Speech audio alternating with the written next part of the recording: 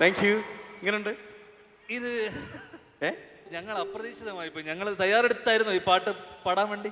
ഞാൻ 2-3 ദിവസമായിട്ട് തന്നെ ചെയ്തോണ്ടിരിക്കണ്. ഇത് തേച്ചിട്ട് കൊണ്ടുവന്നായിരുന്നല്ലോ വിഷ്ണു. അല്ല, തേച്ച് ഷൂവിനകത്താ മടക്കി വെച്ചത്. അങ്ങനെ ഉണ്ടായ ചെറിയൊരു ഏതാ? തേച്ചിട്ട് ഷൂവിനകത്തായി പോയി മടക്കി വെച്ചത്. എനിക്ക് നിങ്ങളുടെ രണ്ടുപേരും തേപ്പറിയില്ല. ഓ അല്ല, പെട്ടെന്ന് കേറി വന്നപ്പോ ഒരു ലാലേട്ടൻ പാട്ട് പാടിയപ്പോ. അല്ല, ലാലേട്ടൻ പാട്ട് പാടി നമ്മളെ ഞെട്ടിച്ചോണ്ടിരിക്കുകയല്ല. അപ്പൊ ഞങ്ങള് കൂട്ടൊന്ന് കട്ടക്ക് നിക്കണ്ടേ? അപ്പൊ അതിന് വേണ്ടിട്ടൊന്ന് ട്രൈ ചെയ്താ വേണ്ടേ? ആ, അതാണ് ധ്യാനം സംഭവിച്ചത്. അപ്പൊ എനിക്ക് ചോദിക്കാനുള്ളത്, എല്ലാവർക്കും നമ്മുടെയൊക്കെ ജീവിതത്തിൽ ഒരു ലാലേട്ടൻ മൊമെന്റ് ഉണ്ടാവും. അതെ അല്ലേ? അതെ.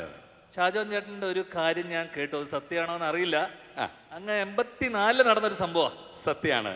നമ്മുടെ എല്ലാവരുടെയും ജീവിതത്തിൽ അദൃശ്യമായിട്ട് ലാലേട്ടൻ്റെ ഒരു സാന്നിധ്യം ഉണ്ടാവും. അതിന് പ്രധാന കാരണം മോഹൻലാൽ എന്ന പേര് മലയാളികൾക്ക് കേവലം ഒരു സിനിമാ നടൻ്റെ പേര് മാത്രമല്ല, തലമുറകൾ നീളുന്ന നമ്മുടെ അകത്തേക്ക് വന്നുകൊണ്ടിരിക്കുന്ന ഒരു ലാലിസമുണ്ട്.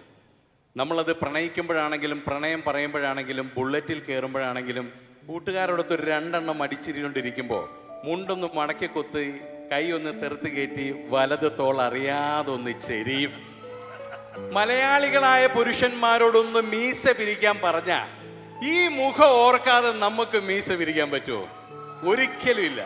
അപ്പൊ എൻ്റെ ജീവിതത്തിലുണ്ട്. സത്യം പറഞ്ഞാൽ 4ാം ക്ലാസ്സിൽ പഠിക്കുമ്പോഴാണ് ഞാൻ ആദ്യമായിട്ട് സ്റ്റേജിൽ കയറി ഒരു പാട്ട് പാടുന്നത്.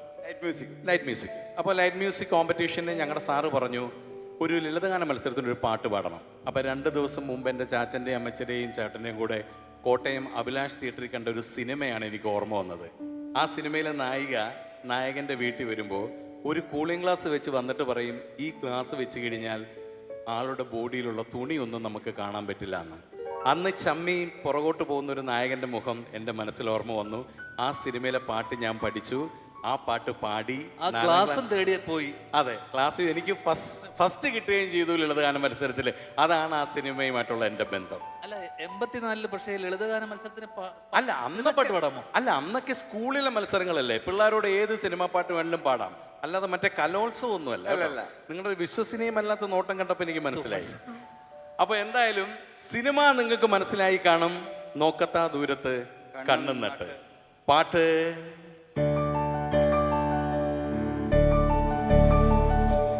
മഞ്ഞു വീണതറിഞ്ഞില്ല, പൈകിളി മലത്തേക്കിളി, വെയിൽ വന്നു പോയതറിഞ്ഞില്ല, പൈകിളി മലത്തേക്കിളി, മഞ്ഞു വീണതറിഞ്ഞില്ല, വെയിൽ വന്നു പോയതറിഞ്ഞില്ല, ഓമനേ നീ വരും നാളുമെണ്ണിരുന്നു ഞാൻ, വന്നു നീ വന്നു നിന്നു നീ എൻ്റെ ജന്മസാഫല്യമേ,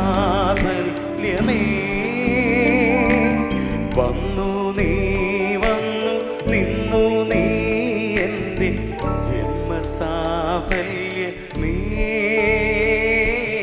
ആയിരം കണ്ണുമായി കാത്തിരുന്നു നിന്നെ ഞാൻ, എന്നിൽ നിന്നും പറന്നകന്നൊരു പൈകിളി മലർത്തേക്കിളി, പൈകിളി മലർത്തേക്കിളി.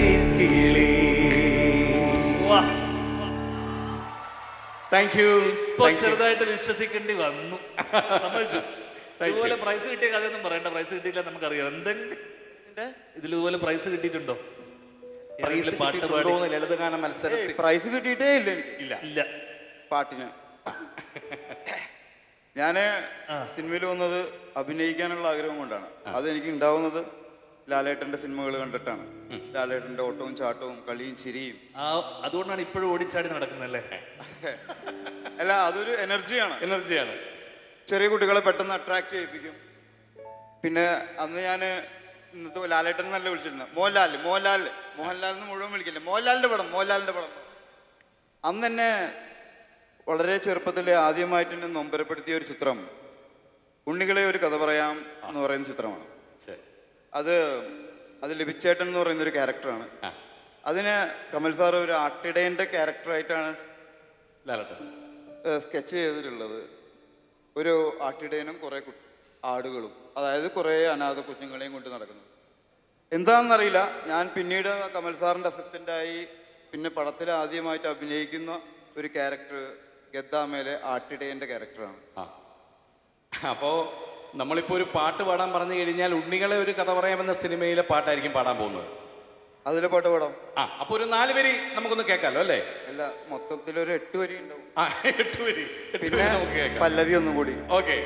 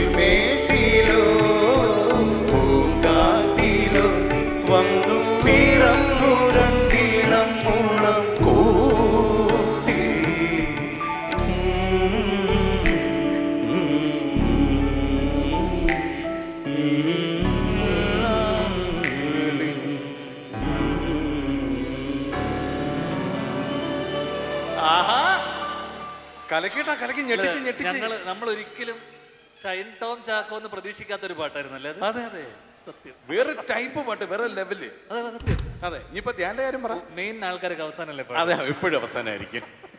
ഇനി ഞാനും പാടണമായിരിക്കും. പറയണം. അല്ല, എൻ്റെ ലാലേട്ടൻ മൊമെന്റ്സ് എന്ന് പറയുന്നത് സ്വാഭാവികമായിട്ടും അച്ഛനും ലാലേട്ടനും ചെയ്തിട്ടുള്ള സിനിമകളാണ്. അപ്പോ ഇനി ശ്രീനിവാസൻ ഫാൻസ്,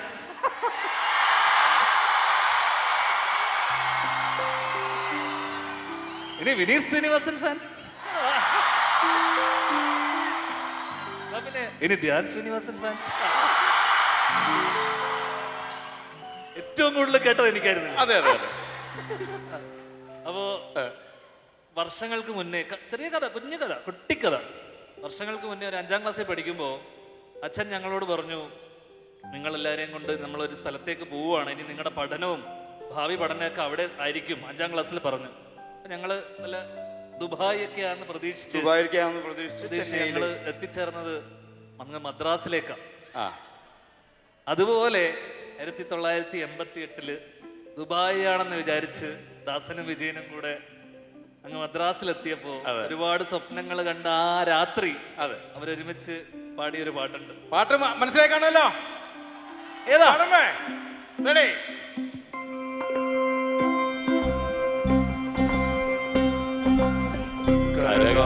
കടലമേലെ മോഹപ്പൂങ്കുരുവി പറന്നേ, അറബിപ്പൊന്നാണ്യം പോലെ ആകാശത്തമ്പിളി വന്നേ.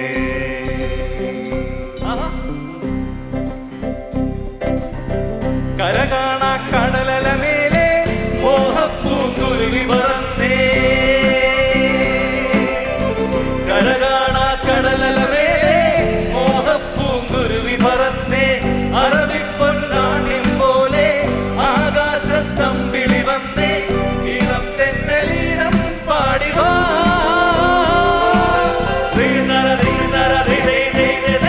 കരകാണ കടലമേലെ മോഹപ്പൂങ്കുരുവി പറന്നേ, അറബിപ്പൊന്നാണ്യം പോലെ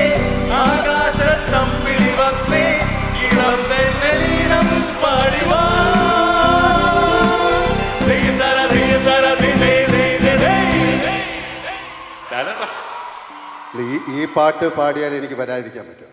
അയ്യോ. എന്താണ് ഭയങ്കര കഥകളൊക്കെ ആണല്ലോ, ഇങ്ങനെയൊക്കെ കഥയുണ്ടെന്ന് ഞാൻ ഇപ്പോഴേ അറിയുന്നു. അല്ല, സത്യം പറഞ്ഞു കഴിഞ്ഞാൽ എൻ്റെ പേഴ്സണൽ പറയുകയാണെങ്കിൽ ഇതേപോലെ ഒരു മൊമെന്റിൽ പറയാൻ വേണ്ടി വെച്ചിരുന്ന കഥയാണ്. ഒരുപാടുണ്ട് ലാലേട്ടൻ ജീവിതത്തിൽ സ്വാധീനിച്ചിട്ടുള്ളത്. അതൊക്കെ ഇനിയൊക്കെ മറ്റൊരു അവസരത്തിൽ പറയാം എന്നുള്ളതാണ് അല്ലേ? ഈ അവസരത്തിൽ ഞാനും പറയാം. അതെ. അപ്പോൾ സത്യം പറയുകയാണെങ്കിൽ ലാലേട്ടൻ കൂടെ വന്ന സ്ഥിതിക്ക് മലയാളികൾ, പ്രത്യേകിച്ച് പുരുഷന്മാരാണെങ്കിൽ, അത് സത്യമാണെങ്കിൽ എല്ലാവരും ഒന്ന് കൈയടിക്കണം. നമ്മൾ നമ്മുടെ ഫ്രണ്ട്സുമായിട്ട് ട്രെയിനിൽ ഒന്ന് യാത്ര ചെയ്തിട്ടുണ്ടെങ്കിൽ, ഒരു 4 എണ്ണം വിട്ടിട്ടുണ്ടെങ്കിൽ, നമ്മുടെ മനസ്സിലോട്ട് അറിയാതെ വരുന്നൊരു സിനിമയുണ്ട്, ഒരു പാട്ടുണ്ട്.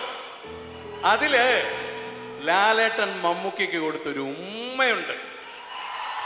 ലാലേട്ട, ഒരുപാട് കാലത്ത് വേണ്ടേ? അല്ല, അതുപോലെ ഒരു ഉമ്മ എനിക്കൊന്ന് എനിക്ക് തന്നാൽ മതി. കുറച്ച് വേർതിരിക്കുകയാണ്. മതി മതി മതി മതി മതി വെച്ചോട്ടെ വെച്ചോട്ടെ.